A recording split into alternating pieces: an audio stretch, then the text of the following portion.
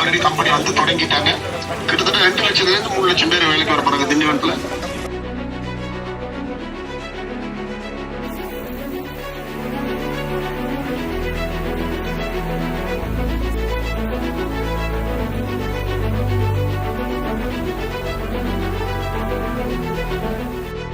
Alien super motors மட்டும்தான் ரொம்ப சீப்பான ரேட்லையும் அது வந்து ரொம்ப டிரான்ஸ்பரண்டா நேர்மையா இருக்கும். அந்த ரேட் வந்து ஏழைகளாக வாங்க முடியும். அவங்களுக்கு ஒரு சொத்து சேர்க்கிற அளவுக்கு தான் இருக்கும்.